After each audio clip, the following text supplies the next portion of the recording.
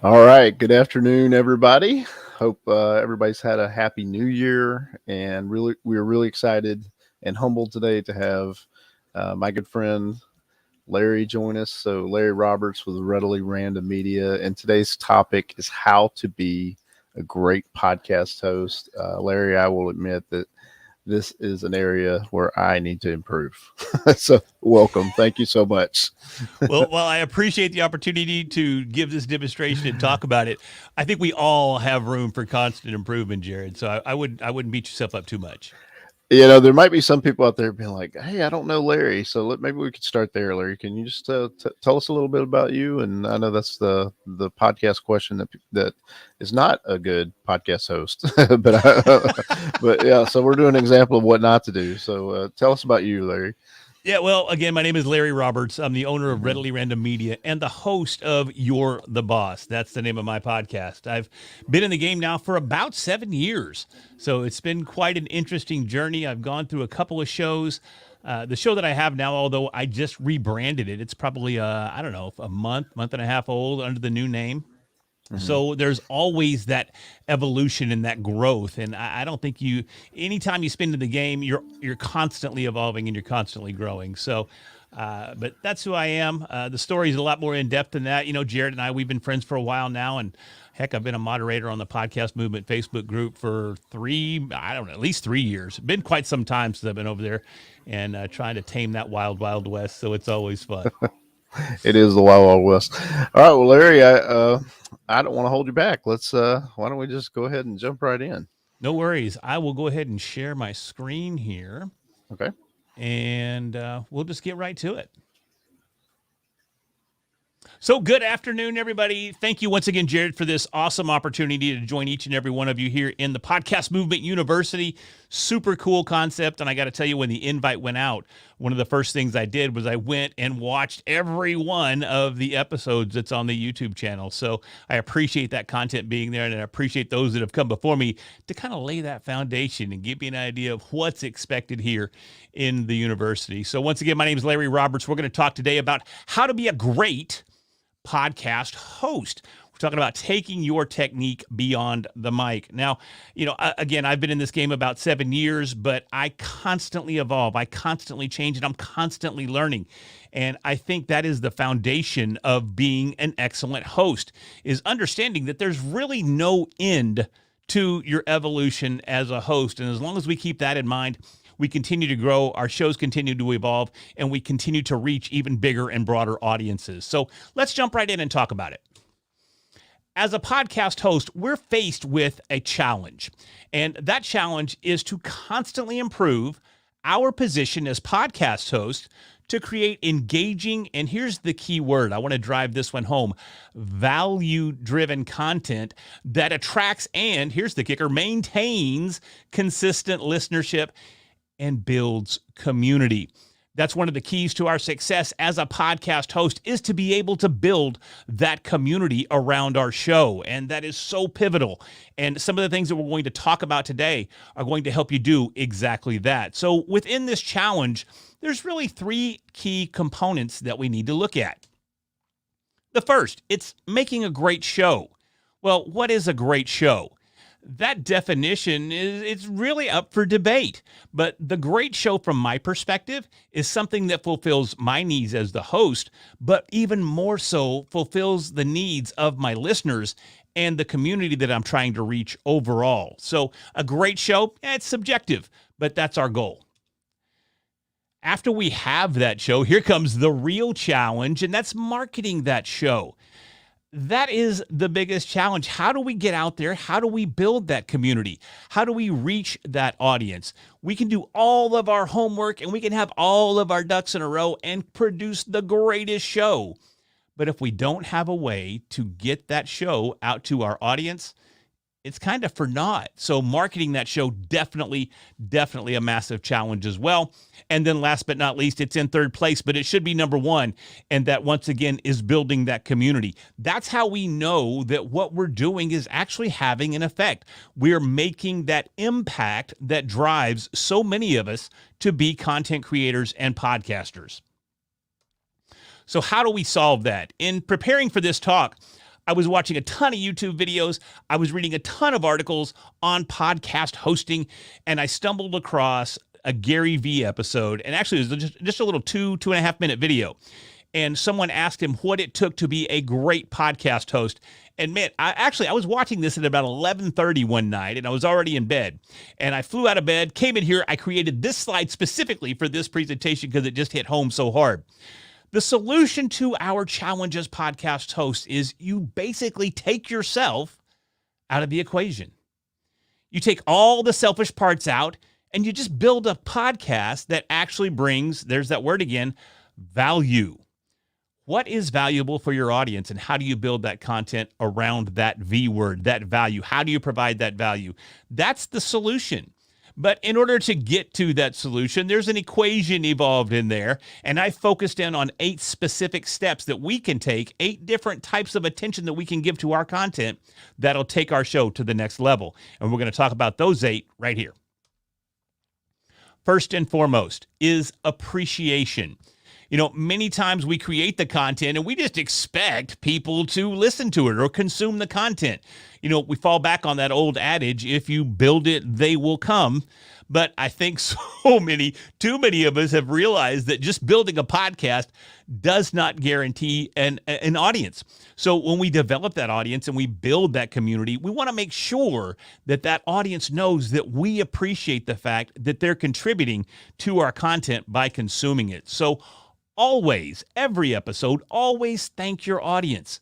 I try to make it a habit of reinforcing the fact that I let my audience know that I wouldn't even have a show if it wasn't for them. So always thank your audience. Let them know that you appreciate the fact that they're taking the time out of their busy day to consume the content that you're passionately creating.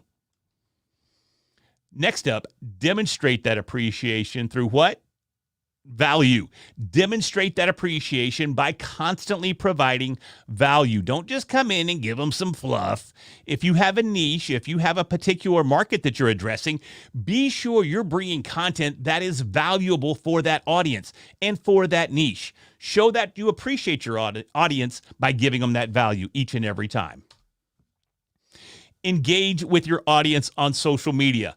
I got to admit, I'm one of the worst when it comes to this. Now, I belong to several different masterminds, and I've just joined a new one recently, and they were doing an evaluation of my social media and my content creation. And just 2 weeks ago, they scolded me because I'm the worst at Instagram. I'm nearly 50 years old, and I got to tell you, Instagram is still just kind of escapes me. I post from time to time, but not as consistently as I should. And they said, Larry, you're not responding to every comment on your Instagram post. You have to do that. Well, a week goes by, and I tried to do better, but I still failed miserably. And old Bert, he's the leader of the mastermind. He goes, man, I was watching your social media, and you didn't respond. You didn't engage with your audience. So you have to do that. So it's something that I still need to work on, but I think a lot of us out there could do the same thing. So always engage with your audience on social media. Speaking of our audience, let's talk about that. Operate from a position of, I keep reinforcing this word, value. Make sure that when you're working with your audience, you're working in a way that you're providing them with value each and every episode. Put yourself in their shoes. Don't just sit back and create the content and kind of assume that they're going to find value, but ask yourself, how is this content making my audience feel? Try to replicate their emotions or their emotional responses that they're going to generate from listening to or watching your content. A lot of times that can give us some insight as to whether or not what we're creating is actually valuable or if we're just kind of talking into a microphone. Engage with your audience and ask them to connect. We've all heard the term CTA or call to action. Be sure that you're engaging with your audience as the host to interact with you on social media, interact with you on your videos. If you're doing a live stream, be sure you're addressing that chat pane over there where people are asking questions, trying to interact. Make sure that you don't ignore your audience. I mean, they are the absolute key to our success as podcast hosts, so we want to make sure that they understand we appreciate that, reinforcing the previous slide, and the fact that we're there for them, providing them value once again. Authenticity. We hear this word just about every day as a content creator. And it's pretty funny. A good friend of mine, Jeff Harry, if you don't follow Jeff, I highly recommend that you do. He is a play specialist or a corporate play specialist. He specializes in going into companies and making sure that it's not just all business up in there, but we put some play in there. We put some interactivity and some fun in the workplace, and I love that. And I'm talking about that because he just did a video, it was 2 or 3 days ago, where he was making fun of the fact that so many influencers and content creators are always talking about how authentic they have to be and how authentic they are. But during that authenticity, it feels awfully inauthentic at times. We have that Instagram persona. We have that LinkedIn persona where we're going in and we know we're talking to a particular audience. So we try to be authentic within the confines of that environment. But look, man, we really just have to be who we are. Be personal. One of the biggest mistakes that I made as an early on podcaster was that I wasn't personal. I literally hid behind the mic back here while my guest did all the work. Nobody wants to know about Larry. Nobody cares who I am. But guess what? They do care who you are. You're the host. They come back each and every week to consume your content because they're there for you. Granted, you provide great content and you provide great guests and they have tremendous input, but the only thing that's consistent in your show if you constantly have guests is you. So they're coming back for you. So make sure they know who you are. Avoid copycatting. This is the worst. I went through my Gary Vee phase where I thought for sure that I was the next Gary Vee. I went through my comedy phase where I knew I was the next great stand-up comedian. I copycatted all the time looking for my own identity, but I was never me. I was always copycatting someone else. Now, that's not to say that you don't look to others for guidance. People that have already kind of laid the foundation and they've found success, take notes from those individuals, learn from those individuals, but don't copycat those individuals. Still be who you are. Be your true, authentic, personal self. Avoid faking emotion. Avoid it because people can see right through it. My wife and I used to be huge fans of Jerry Springer. We'd watch Jerry Springer every day. We'd even record it so we could watch it when we got home from the office. But what we would do is we would sit back and we would bet each other whether or not when those tears started flowing, if there was actually tears flowing. And 9 times out of 10, probably 99 out of 100, there was never any tears whatsoever. Everything there was faked. People can detect that fake emotion and they can see right through it. Not only will your audience see through it, but man, your guests will too. And that makes that extended conversation extremely awkward. So if you feel moved, by all means, share those emotions. Let people get to know you and know your emotional side, but don't fake it because they'll see right through it. Content. This is the big one. Content. We're always worried about content. They say that content is king, so there may be this tendency to create content that's overly detailed or overly complex, or if you're dealing with, I don't know, what's the latest thing, cryptocurrency and NFTs and all these acronyms that are out there. And if you start talking about things that people really don't know a whole lot about, using terminology that's specific to a particular topic or niche can lose your audience. So don't be overly complex or use what I call information overload to detach your audience from the topic. I like to keep it KISS simple. Now, I kind of changed this acronym. You may have heard a different definition throughout your years here, but I like to say keep it super simple. So keep it KISS simple. That way your audience can relate to anything that you're talking about and they can stay in tune with your content. Encourage respectful debate.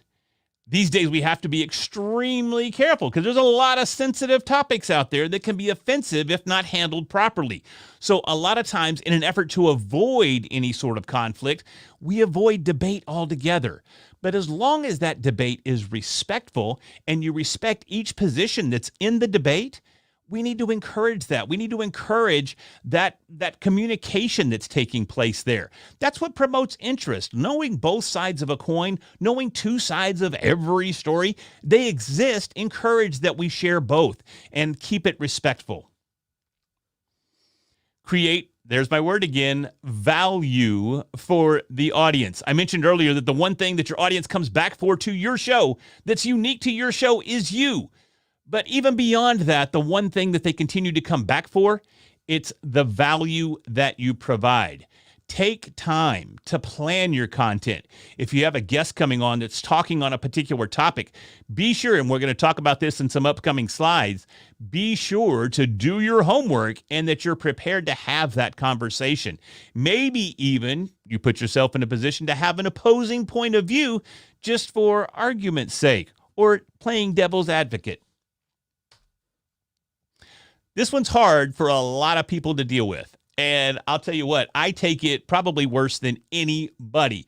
I still deal with it every day, and that's that imposter syndrome. I'm sitting here right now, looking into my camera, talking to you, going, do I really have the right to be here talking to folks about how to be a great podcast host? Those questions exist regardless of where you're at in your career. But you have to have it. You have to have the ability to critique your performance. So review yourself. I don't know how many content creators I talk to that say they don't even watch their content. They don't even listen to their podcast. How can I possibly know what impact I'm having and how well I'm delivering a message if I don't review myself? If I don't sit back and critique exactly how I went about delivering a particular message? You can bet I'm going to go back and I'm going to watch this presentation when it's done. And I'm going to take notes and I'm going to say, you could have done this a little bit better. You could have done that a little bit better. Maybe your timing could. I'm going to do all kinds of things, but I'm going to critique this.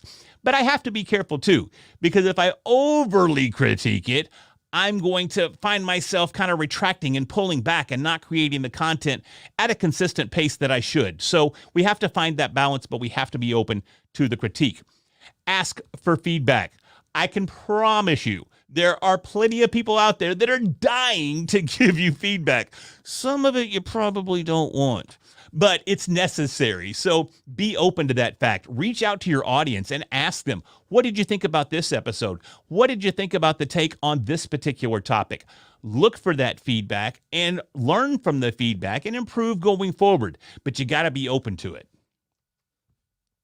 Learn from others. This kind of takes us back to what I was talking about earlier when I mentioned avoid copycatting. We want to learn from others. We want to look at those that are crushing it, that are doing an awesome job, that are in a position on the podcast charts that if we're honest, we're a little envious of. We want to look to them and go, man, what are they doing that I could do to take myself to the next level? So you got to be open to looking at others, seeing what they do and learning from it, not copying it, but learning from it and applying it to your own creation process. Great guests. Man, this is a very open topic here. We could spend a whole hour just talking about how to find great guests. And what is a great guest? Well, that's very open to discussion in and of itself. I think it's very subjective. We all have our definition of what a great guest is. But a lot of times I get people asking me, how do I find guests for my show? Now, there's a ton of opportunities from services that are provided. There's booking agencies and all kinds of ways to go about it. But I tell you what, one of the best things that I ever did when I started my new podcast was I didn't know how I was going to get guests either. But I went over to Amazon and I started finding Amazon bestsellers that had books on topics that interested me. And I reached out. And although I don't have hard numbers, if I was to guess, I would say my positive return rate there was well above 90%. Here's a hint. People love talking about themselves. So give them that opportunity. And if you reach out and you do it in a respectful manner and maybe even compliment the book that they wrote or whatever it is that's causing you to reach out, man, odds are they're going to come on your show. So now you've got something in common. You already love the topic. You love their book. You love what they've done. Now you have an opportunity to create some tremendous content. And that's just one way of finding great guests. Let your guests shine. Now, if you have an interview-based show like I have, my guests are the lifeblood of the show, right? I have to have somebody that I'm interacting with to make good, high-quality content. So it's up to me as the host to make sure that they shine. Now, how do I do that? Well, I do my homework. I know who they are. I know why they're there. I know what they're going to talk about. I have some questions already in my dome as to what I'm going to be asking while we're creating this content. That puts me in a position to make sure that the spotlight is on my guest. I let them shine. I make sure that they understand too that I know why you're here, and I want to make sure that not only do we create great content, but we accomplish your goals as the guest on my show. Make your guests feel comfortable. Take a few minutes before you hit that record button and have a conversation. I love the fact that I do this because then I can kind of sound official on my podcast, and I can talk about, back when we were in the green room, we were talking about. Makes it sound so highly produced and so professional. But it's just something fun that I like to do. I wouldn't recommend doing that, actually. But it's fun to be able to reference back and have that time with your guest in the green room because it allows you to establish that relationship. It allows you to put them at ease. Let them know, hey, man, this isn't some sort of college exam.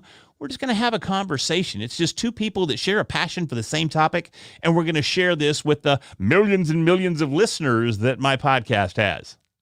If you're lucky, you can say that. I can't say that.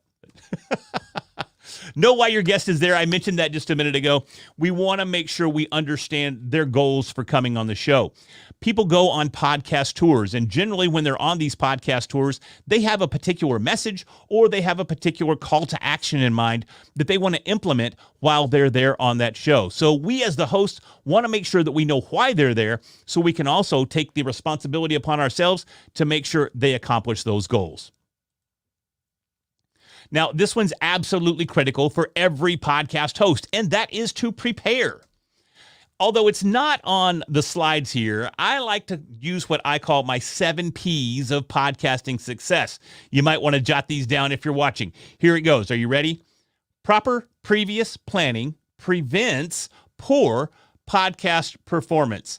I was always a huge fan of alliteration, and my English teacher, she loved it too, so it's just stuck with me all these years. So the 7 Ps of podcasting success all revolve around this one thing, and that's preparation. So do your research. Know what your episode is going to contain. Know who your guest is. Know their history. Know their story. Make sure that you got their bio before they even showed up on the show.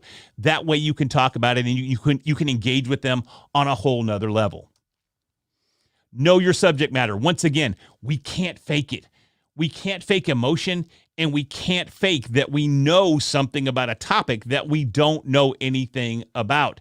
If I was to talk to you about blockchain, I'm going to be lost. I know just enough to use the word, and that's barely as it is right there. So I couldn't fake my way through an episode. So we have to prepare ourselves and make sure that if we are talking about a topic that we're not 100% familiar with, we've done the homework and we're ready to go. Prep your guests. This is so critical as well.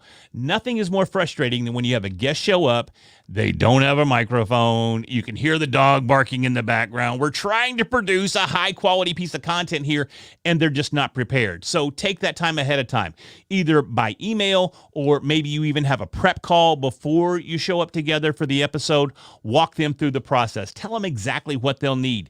Tell them to close their Outlook or whatever email provider they have so reminders don't pop up while they're doing their presentation and talking to you on your podcast.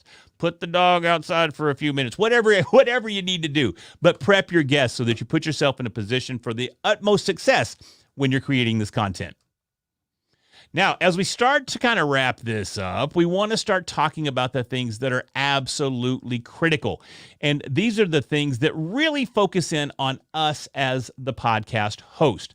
Our timing and our technique are absolutely critical. Timing in regards to carrying a conversation. Having a conversation on the street, it's easy to do. It's something that we do every day, so it just flows naturally. But when you get in front of a microphone or you get in front of a camera and you start to have these conversations, and if you're anything like me, although I have a monitor going, I can't necessarily see my guests. They're right there in my peripheral because I'm staring into my camera. So having a conversation with a Canon logo as I look ahead and trying to have emotion and trying to exchange ideas can be very, very difficult. So your timing and your technique there are absolutely critical. So you want to focus on the content. That's first and foremost. You want to make sure, again, I can't drive this home enough, that it's value-driven content and that you're prepared to talk about it in a very detailed fashion. Not overly complicated, but detailed enough to reinforce the fact that you're somewhat of a subject matter expert in this particular niche. So focus on that content. Again, they say content is king. Well, we have to do the homework in order to make sure we have that content in a position that we can let it shine. Focus on the conversation. That's what we try to achieve. And if you look at some of the most successful podcasts that are out there, I'm not going to name drop any off the top of my head, but the ones that are super, super successful, what do? They just have conversations. It's either the host and the audience that they're talking to, or it's the host and the guest.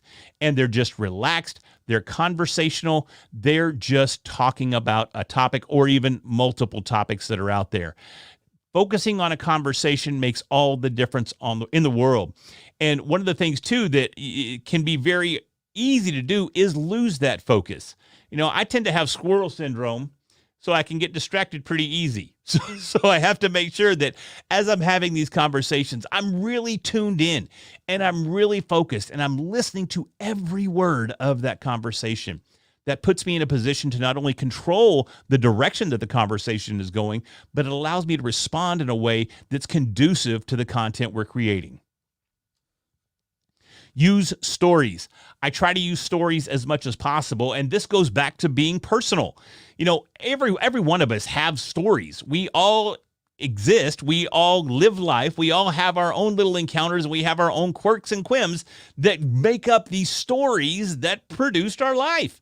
So we need to share those stories. So when you have a guest on and you're talking about a particular topic, try to intertwine some stories in there to help others relate. I love the use of stories. That's what I engage with the most. If you just have somebody sitting here doing a presentation and not sharing stories, it's kind of hard to stay focused. But man, those stories, those are really engaging. Talk casually and once again, be personal. Who was it that, I think it was Randy Travis, and I'm dating myself here. I think he came out with an album way back in the 90s called Brilliant Conversationalist. And I thought that was a brilliant name for an album, even though I didn't listen to country music. I know my mom, she had it. It was a great album. It might have been even in the 80s if I'm talking about my mom listening to it. But it was still just a phenomenal name, a brilliant conversationalist. I think that's a goal that each and every one of us should have, is to be able to be a brilliant conversationalist. Listening. This is a critical skill that so many of us overlook, is listening. Listen to not only the guest, but listen to your audience. What does your audience tell you that they want to see? What do they tell you that they want to hear? What do they tell you that they'd like to learn more about? Listen to your audience. But as a podcast host, it's also super, super critical to be listening to our guest as well. Very difficult to either redirect a conversation or stay focused on a conversation if we're not listening.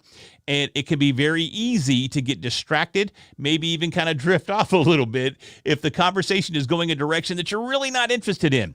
But if we listen closely, we're going to have those opportunities to jump in and kind of redirect that conversation and get it focused back on the content that we want to create.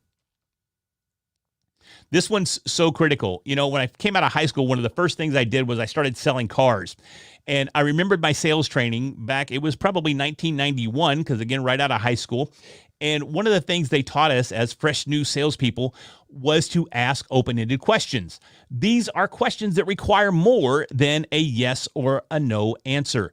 These are questions that have your guests giving you responses that create really compelling and engaging content, and it's something that they have to expand on. So they're going to be talking a little bit.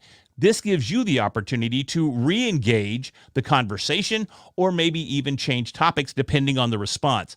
Asking open-ended questions will carry an interview further than you would ever imagine, especially when you have somebody that constantly says, yep, no, yep, nope.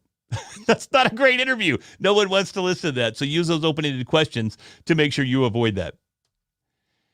And lastly, we have to be able to improvise. We have to be able to pivot on the fly and take a conversation wherever it needs to go. Now, we as podcast hosts, we think that we can just jump on the mic and we can carry this out. But me personally, I've invested in learning how to improvise. I used to be a member of Toastmasters. I took comedy classes. I took improvisational classes. I took voiceover acting. I did all of these things to up my game in the podcasting space as well as the communication space. And although repetition can definitely help us improve, and it's absolutely critical to all aspects of being a great host, investing in your education and learning how to improvise is absolutely critical. So in summary, let's talk about these 8 points one more time. We want to show appreciation consistently. Make sure our audience knows that we appreciate them and that we wouldn't even have that show if it wasn't for them. Our audience, their priority number one. We got to know who our audience is and what they want. Authenticity. Let's be authentic. And in that authenticity, show yourself, be personal. Let people get to know who you really are. Content. Make sure that you're drilled into that content. You know exactly what your audience is looking for, and you create the exact type of content that they're going to resonate with. Critique. Be open to being critiqued. Ask for that feedback. That's the only way that we can grow, is to be open-minded enough to critique ourselves and allow some of that input from others as well. Finding great guests. There's so many ways to do it, but a great guest, that's totally up to you. What may be a great guest for you may not be a great guest for me, because maybe we have two different niches, two different markets. Learn where your guests are and reach out to them. Prepare. You can never do enough homework. I don't know about you, but I always hated homework.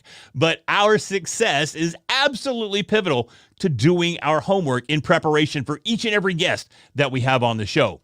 And then lastly, the timing of the conversation and our techniques that we use throughout the conversation are absolutely critical to every aspect of our podcasting and podcast hosting success. That wraps it up right there for me. Thank you once again. This has been awesome. I love having the opportunity to share with you guys. Again, my name is Larry Roberts. You can reach out to me. If you like these slides, you can find me at larry@readilyrandom.com or find me on social media, Larry Roberts. I'm all over the place, so I'd love to hear from you. Larry, thank you so much, and thank you to everyone who's tuned in and watching. I'm trying to take notes here, Larry. I'm trying to appreciate the audience. So we got a couple of questions. One is interesting. It's about you being a car salesman and open-ended questions. So what are some other things or lessons that you learn as a car salesman that apply to podcasters? Ooh, that's interesting. Well, as a car salesman, and look, again, I come from the 90s when I was selling cars. So selling cars back then was a little different. Mm-hmm. It was still a control game. So it was a lot of mind games. It was positioning. It was structuring not just our conversations, but from a physical perspective, it was positioning ourselves in a position of dominance. I mean, some of the things that I would do I would even make sure that my chair of my desk, when I sat my clients down in front of me to potentially buy a car, I'd make sure my chair was higher than their chairs. So here it's a little bit different, because most of what we're doing, if we're lucky enough to be in an environment where we can interview our guests face to face, that puts us in a totally different position. But with so much of it being online, a lot of it is prep work. You know, as a salesperson, you're trying to convince somebody to not only buy something, but you're looking for them to invest in you. You're doing the exact same thing. So put yourself in a position to think about the content that you're creating and how you would sell an audience to buy it. Have that value proposition. I mentioned value multiple times through my presentation. Focus on that value and then demonstrating that value to the audience. Oh, well said. You also mentioned that you were in masterminds. Stacy wanted to know what's the benefit as a podcast host of that you've gained from being in your mastermind. This particular mastermind that I brought up where I got scolded, it's actually came out of a speakers boot camp. I went to a speakers boot camp a couple of months ago for stage speaking, because that's something that I do. I'm on stages quite a bit, and I'm always looking to grow and improve. And I met the gentleman that runs this particular, it's called the Power Partners, Bert Oliva. He's a professional speaker. and he invited me to be a part of the mastermind. And what this does puts me in a position every week where I'm either doing table topics, if you're familiar with Toastmasters, it's spontaneous speaking for 2 to 3 minutes, or I'm doing presentations. So it's me doing exactly what I'm doing right here. So it's hugely beneficial. But not all masterminds are that way. I'm in a couple of others that are more like networking and just kind of hanging out. This particular mastermind is for development. Okay, and Larry, if you don't respond to my Instagram comments, do I have permission to privately scold you? Please, by all means, reach out, scold me. I'm open to that critique. I'm not likely to do that, but that's an open invite for everyone else. All right, Larry, we were super grateful for all of your tips and everything, and we have some wonderful comments. Of course, Steve says, "Nice job, Larry." Steve, what's up, Steve? Love Steve, man. He's great. And then what great content. Thanks, Larry. So people Thank are you just so much. loving it, and rightfully so. Larry, you did flash the goods with your email and your website. Would you just one more time just kind of share where people can connect with you online? Yeah, one of the best places, honestly, where I'm most active is on Facebook. So find me on Facebook, Larry Roberts. But you can also go to my website, readilyrandom.com. That's READILY, random, RANDOM.com. Wonderful. And Larry, we like to close with final thoughts. So do you have any final thoughts on today's topic of how to be a great podcast host? My final thoughts would be that it's a constantly evolving medium. We have all of these different platforms that are popping up all the time, from Clubhouse to Fireside, you name it. There's tons of them that are out there. So we, as podcast hosts, we have to be open-minded. We got to stay out of those ruts, and we constantly have to grow. So do everything that you can to connect with others that are in the space, and again, not copycat, but learn from them. And as together in this community, I mean, the podcasting community, and I've been involved in a lot of communities over the years, podcasting is such a supportive environment. Everyone here, I don't look at anybody as a competitor, and I don't think that mindset really sits with many podcasters either. We're all here to lift each other up and help each other grow. And I implore you to do that on an ongoing basis. Continue to grow and continue to evolve.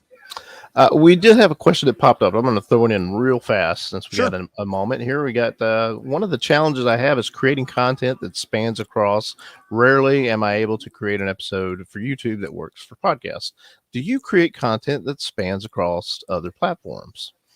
It can be very difficult to do, and it's especially difficult to do. And this is something that a lot of creators come to me with, and they go, man, I am trying to be on multiple platforms.